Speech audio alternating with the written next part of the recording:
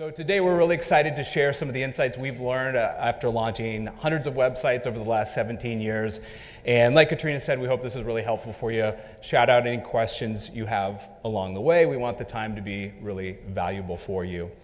I thought I would start by talking a little bit about why would you do a redesign and the value of websites. I had coffee recently with a guy and we were connected by someone we knew. He didn't know a lot about me or what I do, and he asked, and so I told him about Blue Compass. We build websites, we do digital marketing, a lot of search engine optimization, things like that. And he kind of laughed and he said, "Oh, that's not really important in my industry. In my industry, it's word of mouth. It's you just know who you know. That's how business gets done." And over the years, that's something that we've really tried to fight against and encourage people how valuable their online presence was. We started in 2007, and as you might imagine, back then, it was super hard to get people to put budgets towards their online presence. It was really, really difficult. There'd be this huge budget towards TV, budget towards radio, budgets towards print, towards ad, billboards, and then it's digital would be this much. And thankfully, over the years, that got bigger and bigger and bigger, and people started realizing the value of it. But still, sometimes in 2025, not everyone sees that. And so I was talking to him, and I mentioned, I totally get it. That makes sense. For some industries, the website's probably more valuable than others. But, imagine that you're out and you're talking with someone and you tell them about your business, and then he leaves and he goes out. 85% of the time, someone checks out the website before they engage with a business. Incredibly high percentage. And so that's really important. And imagine, he goes back and maybe he can't remember the name of your business. Maybe he just remembers the industry. Maybe it's the HVAC industry. And so he would probably go online and search for HVAC companies in Des Moines. And if you have great search engine optimization, he's going to find you. And if not, he's going to find your competitors.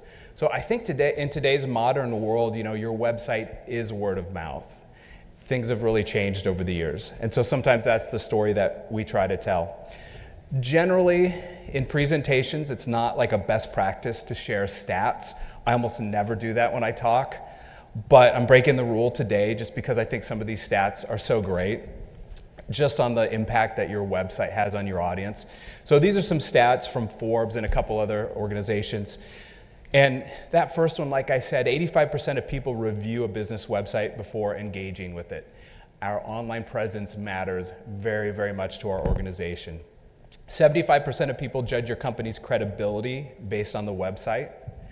And we've seen so many organizations over the years, they have these amazing people, they do these incredible services or incredible products. Maybe you go inside their building and it's really beautiful, and yet you go to their website and it doesn't reflect that, which is a shame because the vast majority of people are judging that organization based on their online presence. Sometimes it's their social media, sometimes it's their reviews, it's a lot of things, but it's primarily the website. 94% of their first impression is design related. When it comes to your website, there's so many different things that matter. There's the user experience. There's the content. Obviously, that's incredibly important. How quickly it loads. There's so many important elements. And design isn't everything, but the design itself is just the quickest way for a human to judge your organization. And we've all probably been to a website before. Maybe we're trying to buy something obscure and we go to this website and we're like, yeah, this looks a little sketchy. I don't know if I'm going to put my credit card in here. The appearance of a website lends or subtracts to its credibility. 61% of people immediately leave if a website is unattractive. That's usually what I do. And then 88% of people are unlikely to return after a bad experience. So again, it's just that experience, the design of our online presence matters so very much. When we talk to different organizations, they often have a lot of different ideas about redesign. And what we hear most often is, it's been a while since our last redesign. That's the reason why people decide to redesign their website. The passage of time is an indicator that it might be time to redesign. It's not a reason. And there are some really good reasons to redesign. And sometimes we'll have clients ask us, when should we redesign? When should we make changes, et cetera? And so this is a list of things that you might want to think about that lead up to a redesign. And the first one is an outdated design. Okay, that's pretty simple. But if you do have a website and maybe it has been a few years and the web design's maybe looking a little old, it's starting to look a little dated, it's very, very difficult to design a website that looks totally fresh and relevant for 20 years. If it's starting to look a little dated again, that can hurt your credibility. So that is a good reason to redesign. Another reason is brand evolution. So if your branding has changed, as you know, it's incredibly important for your organization to look consistent across various platforms and medium. Consistency denotes strength, and that's incredibly important. So if it's starting to evolve, that may be a reason. Or maybe if you're getting into some huge new service lines or your business philosophy is changing, that might warrant a redesign as well. That could be important. As a part of that too, I think that goes well with the example that you gave in that a website is word of mouth, and if somebody is following up and checking out your website, if that brand experience doesn't match the way they interacted with you the first time or the way they came to you, that can be a really jarring experience and make them even question, am I in the right place? Is this the right company that I'm looking for? So yeah, I think that brand evolution is a really common one when somebody comes to us for a website redesign is we have a new look, the website needs to match that. Consistency is key when it comes to marketing and digital marketing. It makes me think of like a Google ad. And sometimes, we'll put together a Google ad or it's a banner ad or something like that. And there's copy and there's promise. And if it's a banner ad, there's obviously a design. You have to send the user to an experience that's consistent and looks the same, because suddenly if you go to a different design, it looks totally different. And especially if it's not fulfilling what the ad said, that's really jarring. And Google even has a quality score that's based on that. So it's consistent across all marketing.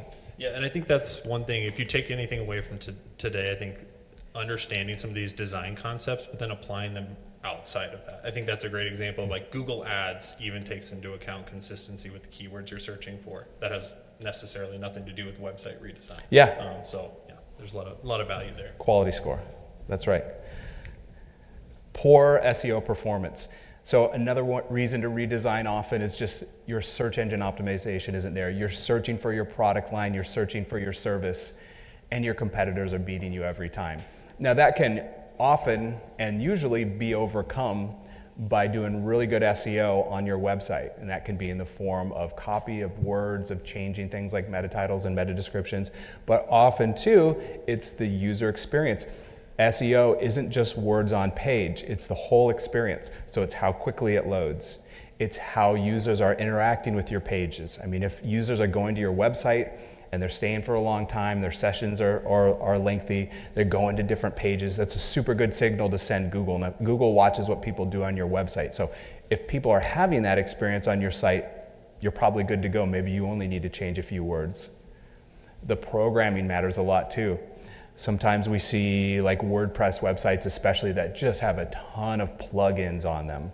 And every plugin you have on your site, on a WordPress site, it makes a call to a server, it grabs some information, it brings it back.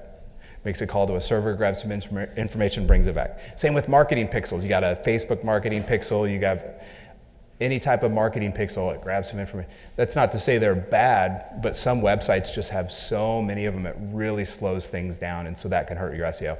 So sometimes a website redesign, launching a new site is really important if SEO is important for you. I felt David glaring at us when you said Google tags or pixels. Those are the things his favorite that thing to slow do. Things down so much. Yeah, when he's not scaling walls, it's just That's pixels right. left and right. That's right. Yeah. That's right. There's two things he does. But yeah, it's surprising how much those marketing pixels and things along those lines have an impact. So the more you can consolidate those things or do things in Tag Manager, those save a lot of time. Yep. Another good reason to redesign is just a poor user experience. I mean, you might have a design that looks fine and these other things are in line, but if your whole navigation structure is confusing, if there's not good call to actions on pages, we'll talk more about all these things, but if the user experience is bad, user experience is the same thing as SEO.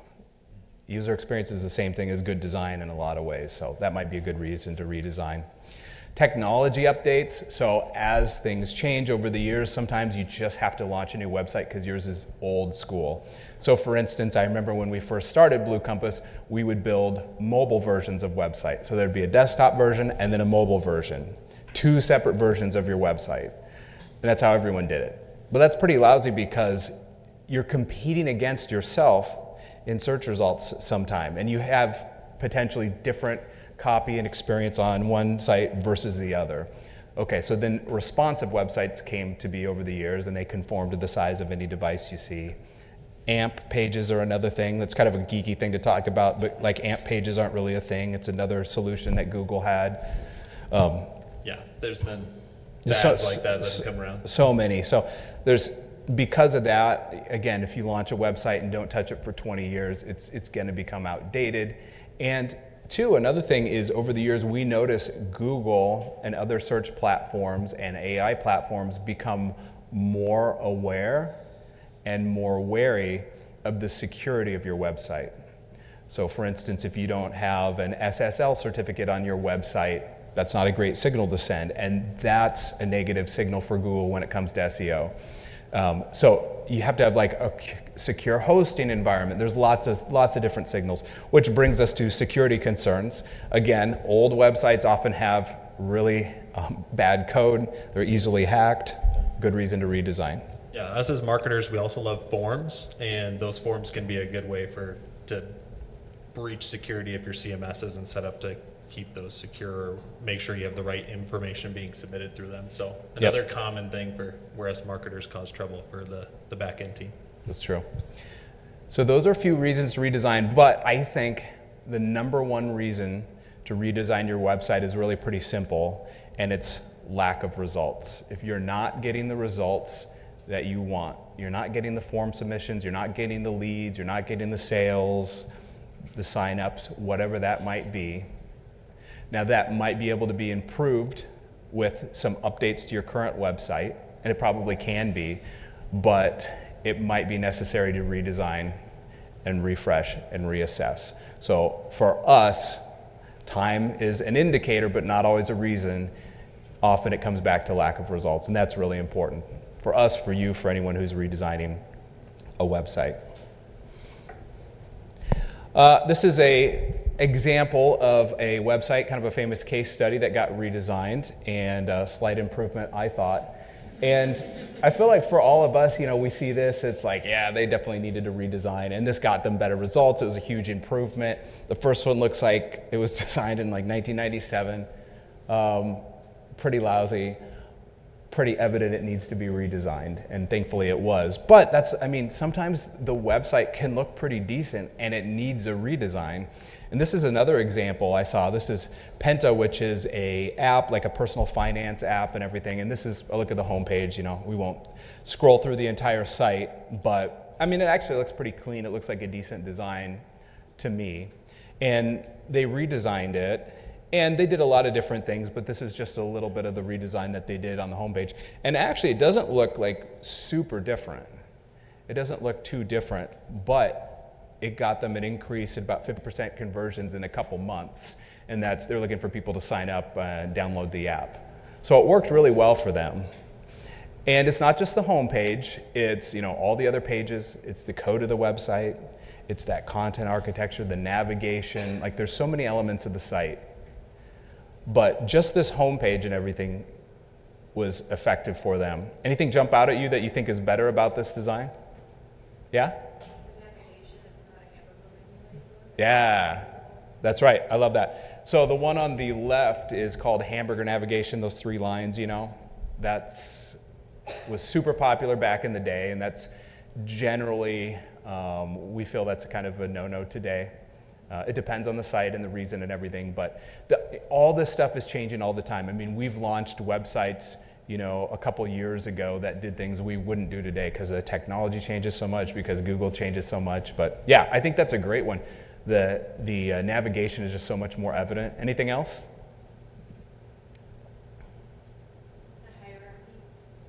The hierarchy? What you read first. Yeah, what you read first. Yep. It has kind of a clear little description about what it is underneath. Maybe that was helpful as well. And probably a few other things. But I thought that was a pretty good example. One of the things that we encourage you and everyone to do before you jump into a website redesign when you're considering all this is to be really intentional. In our office many years ago, talking about Kerry, our CFO again, he really got into scaring people. He really loves to jump out and scare people in our office. Some people call it unprofessional. Others call it extremely unprofessional. But he would do it all the time. And so we kind of built this culture of surprising one another, and it never really went away. And I don't know, maybe we don't do it as often as we used to, but it still happens quite a bit in the office. And this is, we have so many videos over the year that we captured and everything. This is a little bit what it looks like.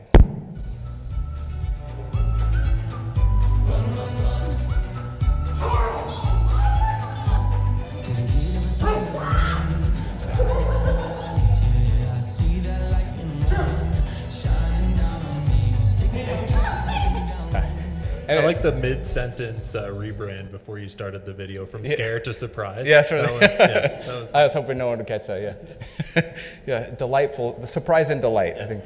Yeah, everyone's like, yeah, that's fun, but I'm never working here. Yeah. Everybody's looking behind them now. Yeah.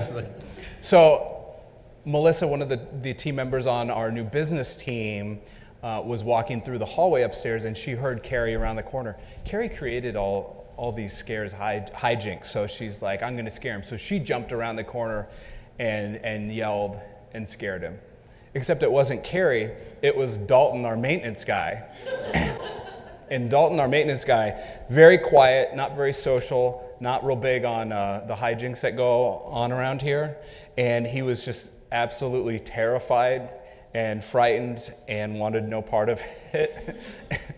So just as Melissa jumped out and had like zero plan, this is what I'm talking about when I say be intentional. Don't be like Melissa. Be intentional about what you do. Come up with a plan. And that's what happens when you go through a redesign. We think that's really important. So know your limitations. Before you go into redesign, like consider these things. Who's going to be involved on your team? Sometimes we'll work with organizations and they need a redesign. We jump in and they haven't thought this through, which is fine. I understand they're totally busy, but who's going to be involved? Who's going to be the main point of contact? Who's going to be someone with stakes in the game? Who's the decision maker? That sort of thing will make your life a lot easier as you go through this process. Who's the final decision maker on things? Who needs to check that final decision?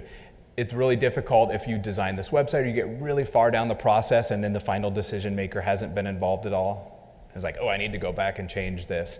That can really make things difficult for you. It can be challenging too when you don't have a final decision maker and you're getting to one of those contentious conversations about, well, we have two sides of this and we both have good opinions, good points, pros and cons.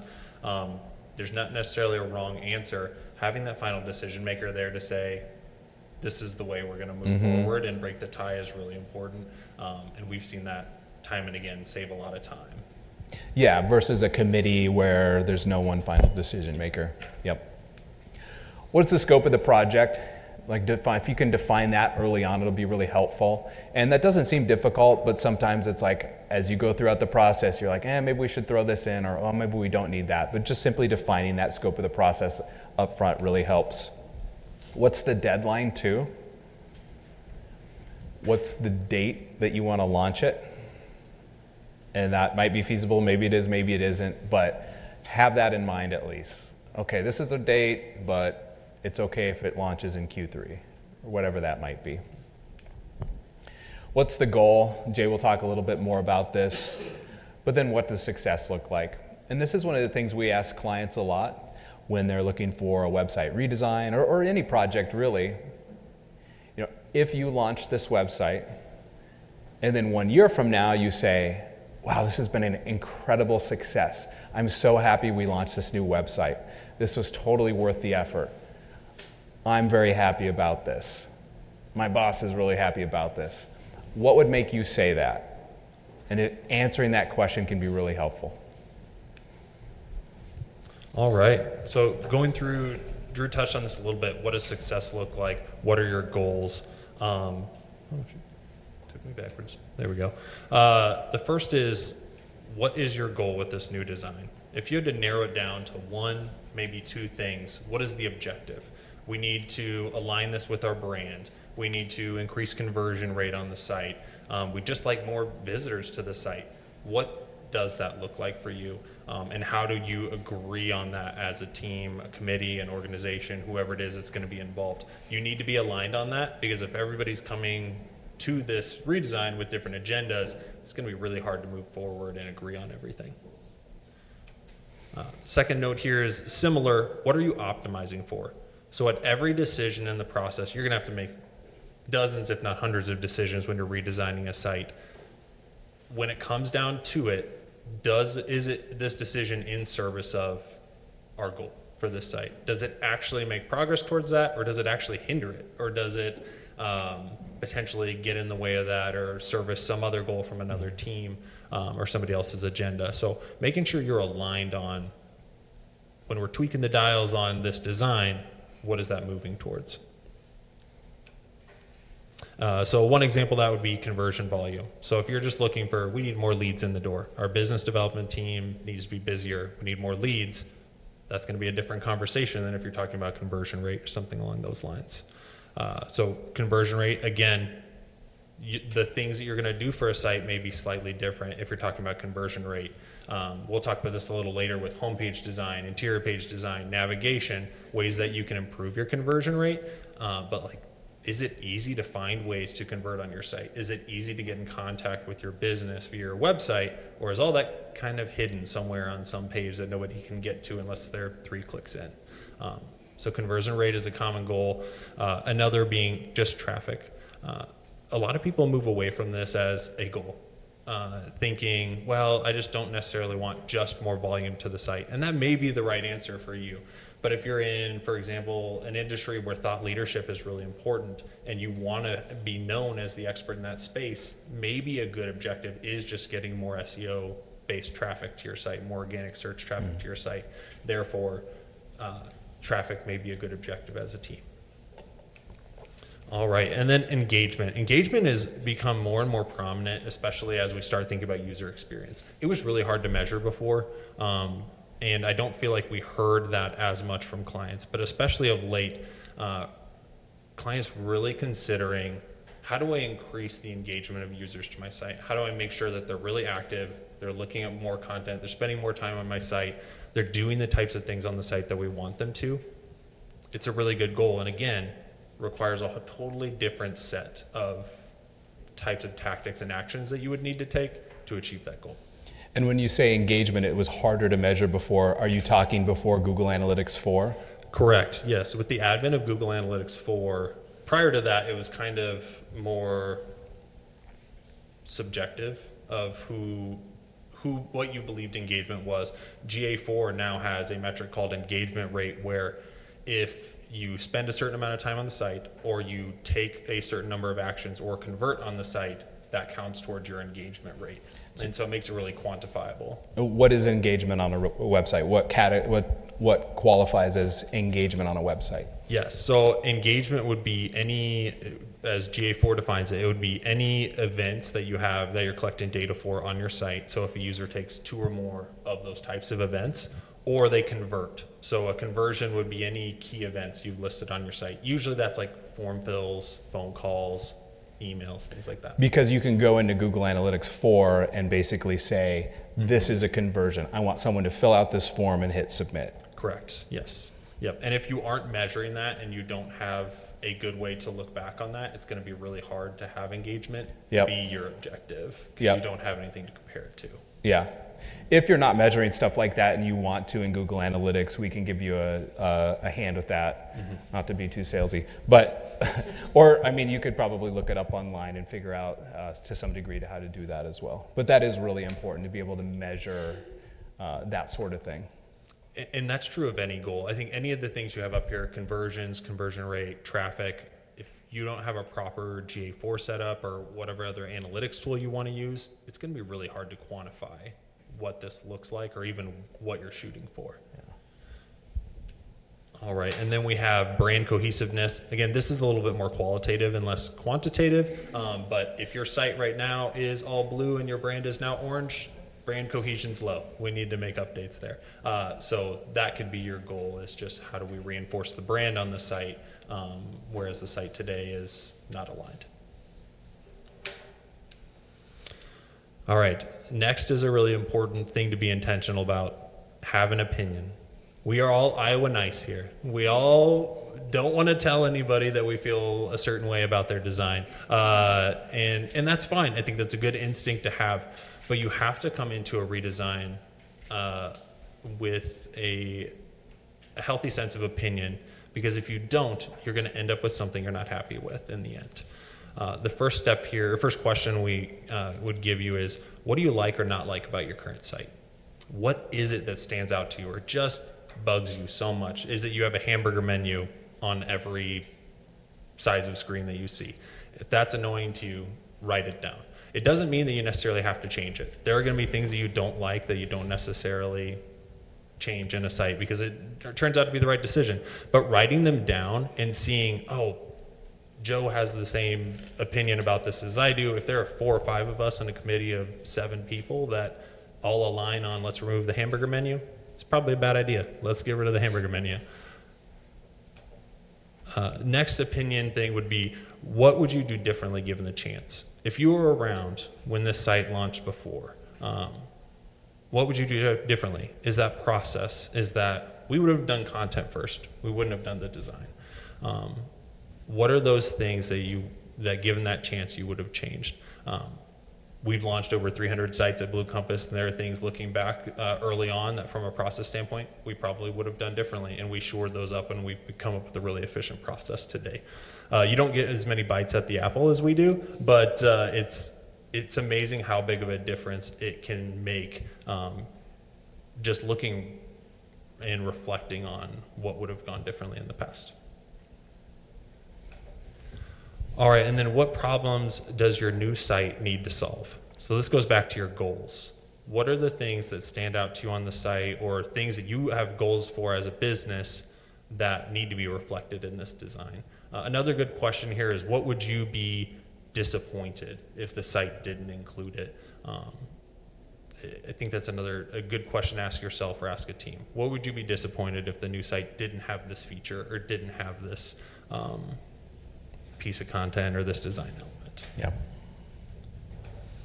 And then, are there any competitor sites or non-competitor sites that have a good solution to this? So it's pretty common for clients to do some competitive research. You're in the pest control business, you know the 6 competitors you run into all the time. You look at their sites all the time, you're like, well, that's really nice, that's a nice way they solve it. But what a lot of people don't do is look outside of that. There are some really good answers to conversion rate questions on different sites. There are really good answers to how are they approaching content on their site on industries that have nothing to do with your industry. Often that's where you're going to get the most value, instead of just repeating what you're seeing all the time or what your industry already does. So this is something we encourage a lot, and we actually do whenever we're doing the redesign on our end, whether the client has provided them or not. Yeah, we always, I think, the competitors is really important. Like when we walk a client through a redesign, that's definitely one of the things we want to know. What are your competitors' website? One of the cool things about the web is you can see exactly what your competitors are doing. It's different if you're at a bakery and your competitor has another bakery. You don't necessarily know the exact ingredients they're using, but on the website, not only can you see how they're positioning themselves and what they're saying, what their design looks like, you can even look at their code. You can see how things are loading. You can see what pixels they're using. I mean, you can see everything if you want to. And that's why we love to know competitors' website, because we can get in and see what's working, what's not. If there's a competitor that's ranking way higher when it comes to a certain keyword or certain search term, we can look at that. You could look at that and figure out, what does Google seem to like here? Google really seems to like this type of content, this type of layout, these sort of things. Perhaps we can not just replicate that, but improve upon it. And that can give us a chance to rank a little higher or do a little better. So that's why, knowing your competitors is so incredibly important. I think it's really, really advantageous to be able to do that. And again, aligning that with your goals. How do you, if getting access to content on your site is really hard from your navigation, but none of your competitors do that well either, you're pulling from a bad pool of examples. So look outside of that. What's a site that has a good navigation that you actually like? Yeah, for sure. All right. Now, Drew's going to talk to us about content-driven design. All right. So, content-driven design. So when it comes to content-driven design, this is something really important that we try to talk to our clients about. And basically the idea here is, instead of leading with the design, lead with the content. We've all heard the phrase, content is king. And that's really, really important. And so we always emphasize content here. You gotta have a great design, but it has to support the content that you have. Of course, when I say content, I mean your copy, your text, your messaging, your photos, and the videos that you have on your website. So design should support content. Content comes first. And that's one of the things we try to do here, is generally design around the content versus making this template that already exists and then just fitting the content into there. And so that's one of the things we really encourage. And so that means if you're going into a new website or a website redesign, first trying to figure out, okay, what type of content do I want on this site? Do I want to totally take all that same copy from my current site and I'm going to use it on the new site? Or are we going to rewrite everything? Are we going to rewrite it? Is someone else going to rewrite it? Who's going to do this? Or could be a mix of the two. This copy is pretty good. This copy is not. We're going to rewrite just these pages and work on these pages too. So that sort of thing is always something to consider as you look at this. And I would add to that, having a good baseline is really important when it comes to approaching content-driven design. If you haven't really taken that into account when you're moving into a site before, we always start with a content audit whenever possible, where we're pulling in data, we're pulling in information on how pages are performing, and then that allows you to look at how things are going and then decide, okay, with this data, I now know this page needs to be refreshed, or we can actually combine these pages because they don't necessarily cover enough ground on their own. They could be combined into one subject. And that's something, I mean, you could do a content audit on your own, or you could get some other organization to do it. We could do it either way, but like, what is a content audit on a website? Yeah, so a content audit it's a listing of all of your URLs you have on the site, and then you start layering in metric data that's important to the performance of content. So things like word count. How many words are on the page? We recommend 600 plus, ideally 1,000 plus words on a page. So it layers that in. We pull in your GA4 data by page and show that over a 12-month period. And then we actually show your Search Console data. So Search Console is Google's tool that actually tells you how you're performing in search. So we can tell you on this page, you're getting this many impressions, this many clicks, and this click-through rate, which is really important to know. You don't want to go ahead and update every page on your site. If one page is performing really well and you decide to tweak it, you may actually damage the SEO value of that page accidentally, something that was already doing well. Yeah, absolutely. So really, really important to do. You have more pages on your website than you think. We see that every single time we do a redesign. Same with us. I'm like, yeah, we probably have like 100 pages on our website, and we have like 700. Everyone has more pages on their website than they think. That's just how it goes. So yeah, it also helps you just have an assessment of how many pages. And when you're thinking about this new website, we'll get into this, but thinking about that content architecture, in other words, like the pages that are on your site, determining those. Usually when we do this, it's consolidating pages together. We're big believers here in fewer pages. When we go through redesigns, often it's consolidation of pages. There should be fewer pages. Not all the time, and it depends, but if there are pages that are very similar, or pages that are just, like Jay said, more content is almost always better than less content. And that seems weird sometimes. People don't get that. But consistently, that's what we see. Because you have a greater opportunity to add value to the user if there's 1,000 words versus 100 words. And when it comes to Google and SEO, the studies are really, really clear. Generally, pages with 2,000 words or more rank higher. Now, does that mean every page on your website needs 2,000 words? No. Pages like your contact us page don't, especially. It can have 10 words on it, that's just fine. But if you have a page that's really important and meaningful to you, and you can actually add a lot of value to your target audience, you can explain something really well, or maybe it's a blog article, you can do a how-to. That sort of thing generally does better if there's more copy. And we always tell people, it doesn't have to be a huge book, not just text, text, text. You have to have headings throughout. So heading 1 up at the top, an H1, heading 2, make it scannable for the human eye, and also scannable for search bots. You got to break it up throughout, generally short paragraphs, bullet points, images throughout.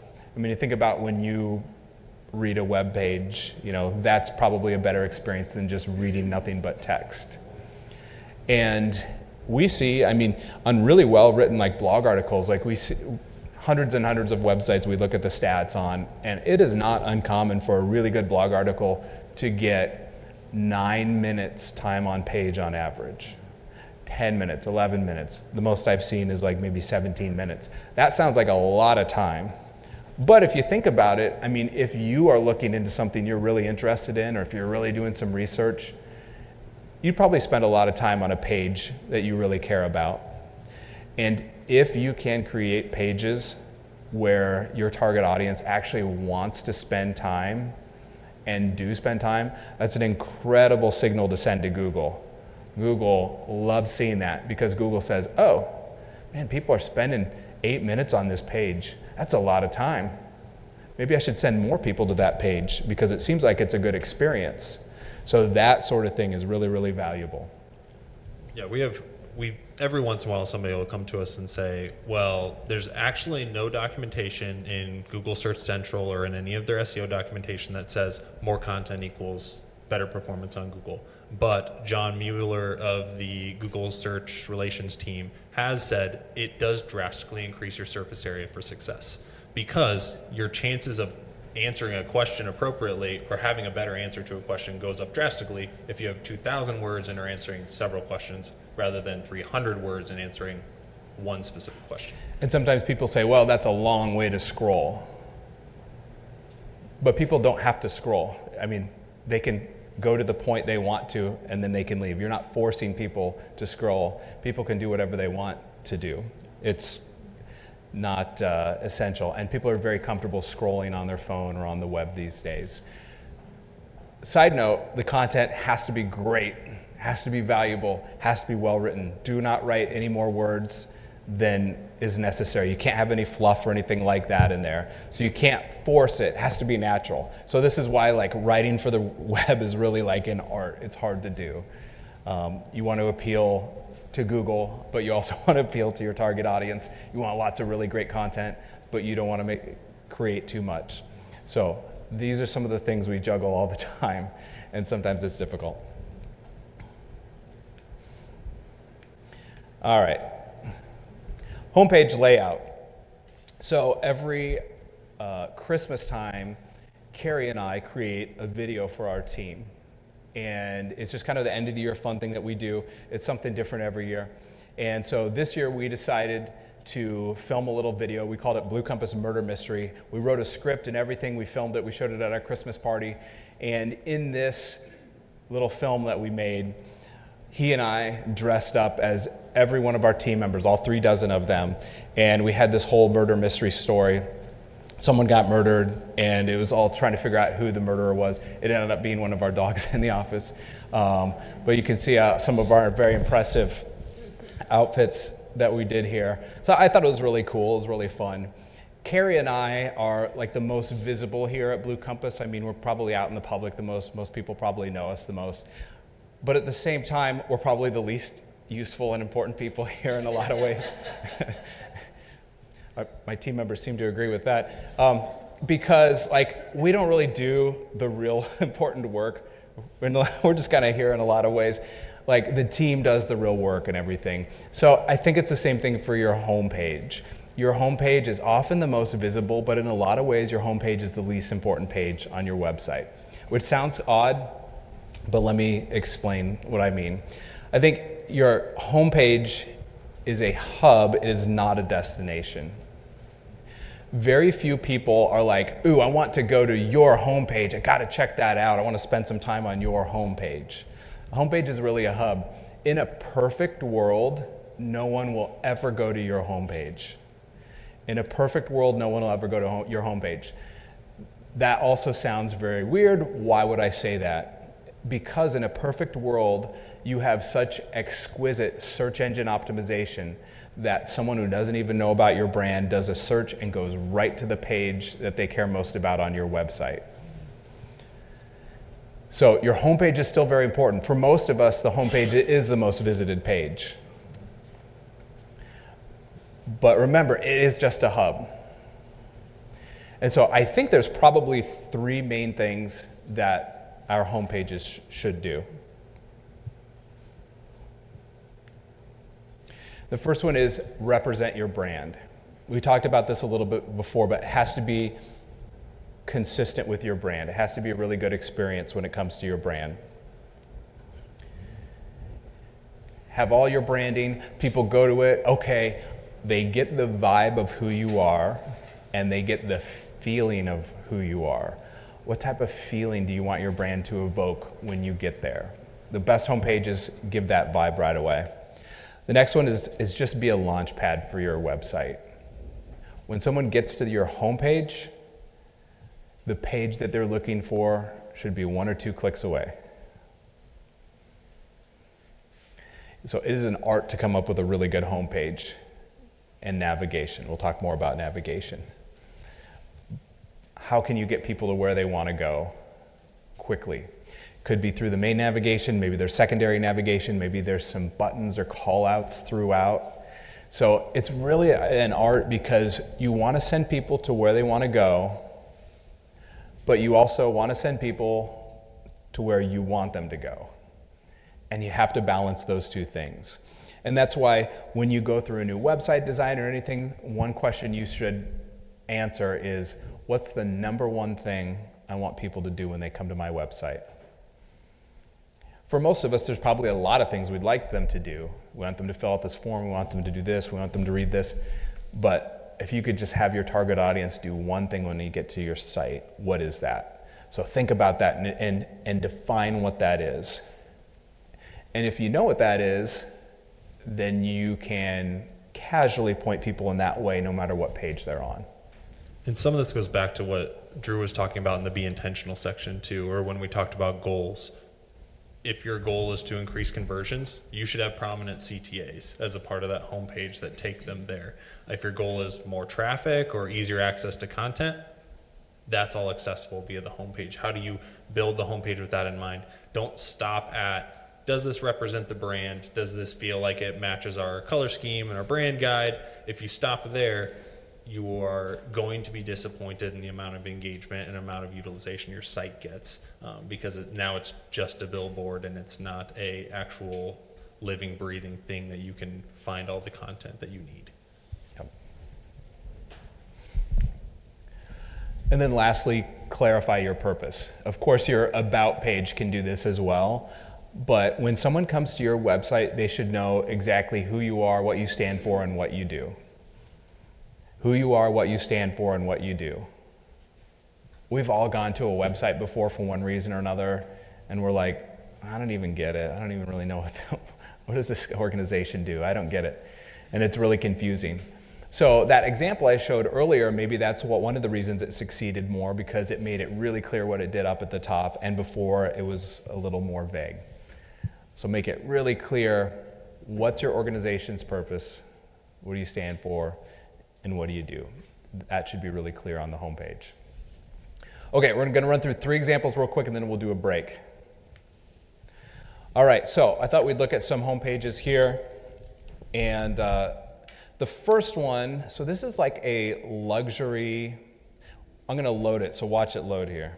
This is like a luxury housing or home organization. I should have been counting this whole time. You should have counted how, with our lightning fast Wi-Fi.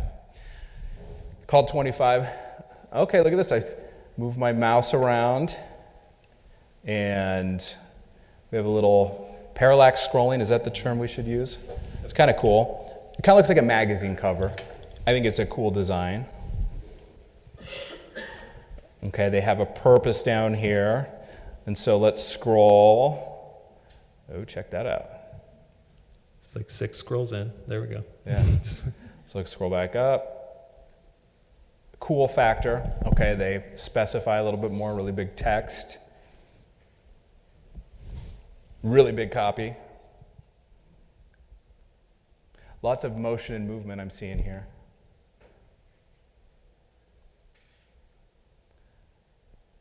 And there we go. Kind of a cool site. I mean, I don't have any answer. Do you think it's a good site, bad site? Thumbs up, thumbs down? Yeah, cool. It definitely has the wow factor of the visual, for sure. It does have the wow. Any area where this misses the mark? Anything they're not doing quite right that jumps out at you?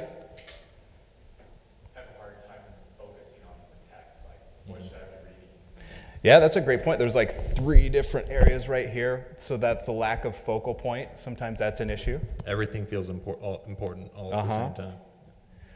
Another thing, I mean, again, I love the design, but you get to it and that load time there. It's not to say this is unacceptable, but I think it really depends on the industry. Load time is so important, and we always try to emphasize that, especially if someone's on mobile. They don't always have a great connection. And the load time is a ranking factor for Google. And so we have a prospect we're talking to. The load time on their website, I think, is probably the longest I've ever seen. But so this prospect shot a video of the website loading and sent it to me, and it took 31 seconds for the homepage to even load so you could do anything on it, which is... They have like a 4K video running in the background. I don't even think there was a video. Yeah. So that's just too long, and people will leave, and often after 2 seconds, people take off, we see, if it's not loading. So my last note with this would be that navigation that you can barely see in the top right corner because it's white and it's hidden on the white curtain. Honestly, I didn't see it. Yeah. There you go.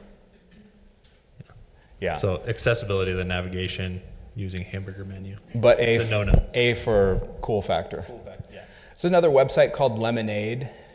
And obviously this one is, the thing about this one, it loads incredibly fast because the visuals are so minimal. Very clean, very minimal. And you notice, check this out, this is what they want you to do. This is the call to action, super bright and apparent. One of the advantages of having just that monochromatic website. Cool illustrated style. I don't know if you can see it, but you can see there's a slight animation here that's going on. I like the dog's tail, that's pretty cool. Navigation up here. We've got some movement there. Explaining what they do. I like this site a lot. I think it's pretty cool personally.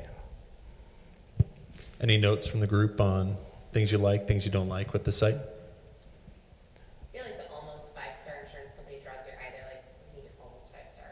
Like, it makes you read. It makes you what? It makes you read it. Yeah. Read the copy underneath it. Yeah. And then when you see 4.9 stars, you're like, oh, okay, well that's, it makes you scroll down. Otherwise, would you scroll down past that? Yeah. Sometimes we see better reception to a little bit less than 5 stars, by the way, than 5 stars, because 5 stars seems a little fake. A little encouragement for anyone who doesn't have 5 stars. Also, another thing is reviews for Google and pretty much any other platform like Yelp or Facebook or whatever. Getting any review is good for your exposure and your SEO, even if it's a bad review. So if an organization has like 100 reviews and a lot of them are bad, and another organization has 5 really good reviews, the 100 will almost always win because there's just more authenticity to that. I'm not encouraging you to go get bad reviews, but be heartened if you do. That was what I took away. That was, One thing I noticed is I feel like the navigation here is really small and maybe a little hard to find. One more we're going to look at real quick. This one is called Stripe. And this one's pretty cool too. I think you actually made me aware of this one, Jay. I've made everyone aware of this. Everybody who's ever done a website project with me has had to deal with a Stripe example at some point. What we're trying to, yes, we just stop talking about it is what we're trying to say. I know. Yeah. I thought this would satisfy you. Yeah. But now I get to tell all them about it. So yeah, and you could, and we have, we've scheduled 1 hour for you to talk about this, and then we'll do a break. But this one, lots of information on it. This is a financial infrastructure, like API type of a thing, as you can see. Lots of animation throughout, lots of movement, catches your eye, bright colors, but still pretty clean. And you can tell it tells a bit of a story as you scroll down.